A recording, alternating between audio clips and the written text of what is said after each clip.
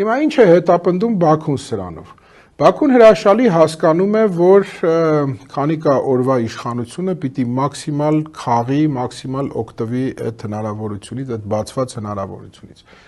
որովհետև ոչ 1, ոչ 10, ոչ 100, հազարավոր անգամներ արդեն ապացուցված փաստ է եւ մենք արդեն փաստաթղթավորված ունենք այդ ամեն ինչը։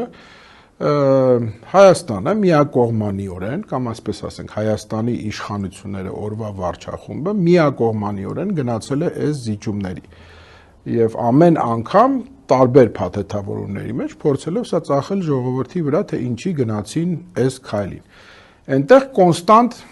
կա արտահայտություն, որի երկրորդ մասը կոնստանտ է, այն ապայի մասը կոնստանտ է, եթե ապա։ Մշտապես փոխվում է եթեն, ապայի մասը մնում է կոնստանտ։ Ես նկատի ունեմ օրինակ, եթե չանեմ այս քայլը, ապա կլինի պատերազմ։